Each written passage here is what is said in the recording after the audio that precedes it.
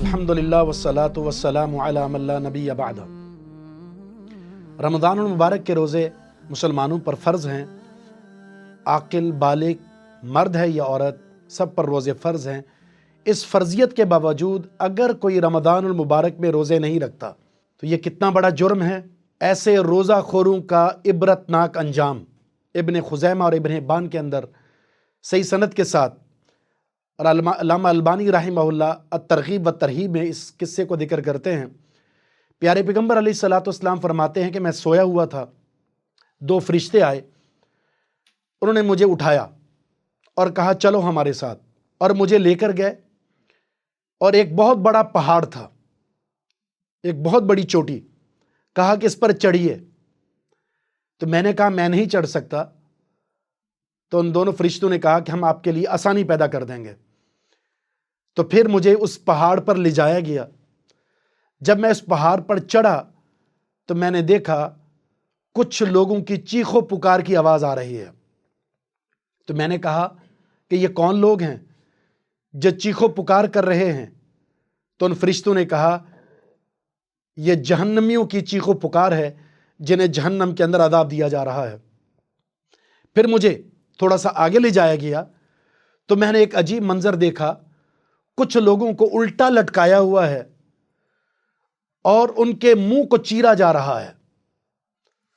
लोहे के आले के जरिए उनके मुंह को चीरा जा रहा है और वो खून बह रहा है और ऊंधे मुंह लटक रहे हैं। मैंने कहा ये कौन लोग हैं, क्या कसूर है इनका? तो मुझे बताया गया ये वो रोज़ाखोर हैं जो आपकी उम्मत के अंदर रमज़ानुल मुबारक की फ़र्ज़ियत को पाकर भी इन लोगों ने रोज़ाखोरी की है, रोज़ा नहीं रखा। अल्लाह रब्बुल इज़्ज़त आज ऐसे बदअमल जो रोज़ाखोरी करते थे, रोज़ा छोड़ दिया करते थे, रोज़ा तर्क कर दिया करते थे, आज अल्लाह की तरफ से उन्हें ये इबरतनाक सज़ा दी जा रही है।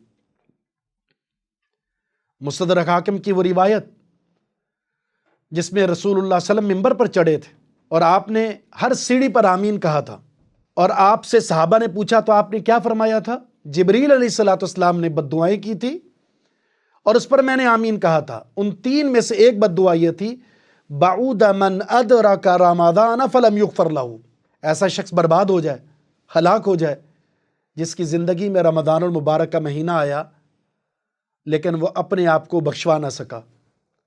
ये तो मग़फ़रत का महीना है, ये तो रहमत का महीना है, ये तो जहन्नम से आज़ादी का महीना है, लेकिन ये शख्स रोज़ाखोरी करके, रोज़ा तर्क करके, या रोज़ों को अहमियत नहीं दी, या रोज़ों को उस एहतमाम से नहीं रखा जिसकी वजह से रोज़ा अल्लाह के यहाँ कबूल होता, ये शख्स अपने आप को जहन्नम से आज़ाद ना कर सका।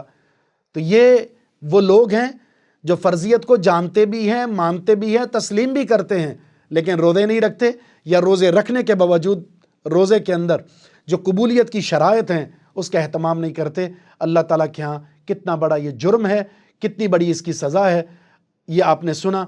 अल्लाह ताला हमें ऐसे अफराद से महफूज फरमाए जो रोज़ाखोरी करते हैं या रोज़ा रखने के बाद वो रोज़े के अंदर वो शराइत जो कबूलियत के लिए ज़रूरी हैं उसका एहतमाम नहीं करते। और अल्लाह ताला ऐसे लोगों को तौफीक बख्शे जो रोज़ा तर्क करते हैं कि वो रोज़ा रखें, और जो रोज़ा रख कर गफलत लापरवाही करते हैं अल्लाह ताला इससे भी उनको बचाए।